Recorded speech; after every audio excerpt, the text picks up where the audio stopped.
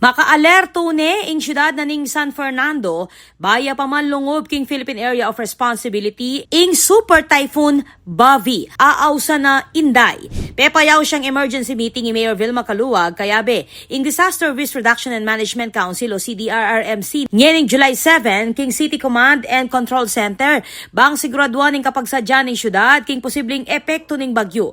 Agpang king weather forecast asahan niyang lungob king par ing bagyo pilataning Martes ning Bengi at ganingaldo ning Miyerkules July 8. Tinagon mo naman king meeting dina City Councilors Mark Joseph Carion at Elmer Benco. Ing meeting, penny mo nande dina City Administrator at Acting City Legal Officer Attorney Krista Nico Abad at City DRRM Officer at Acting City Environment and Natural Resources Officer Raymond Del Rosario. King meeting, pelad ning CDRRMO ing pre-disaster risk assessment at ing posibleng sitwasyon bang magsilbing gabi king response plan ning syudad.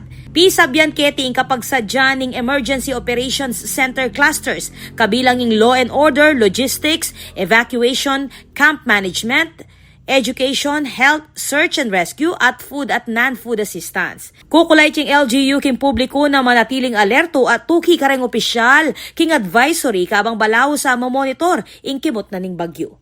Ako po, Patricia Mamangon para king News Force Pampanga.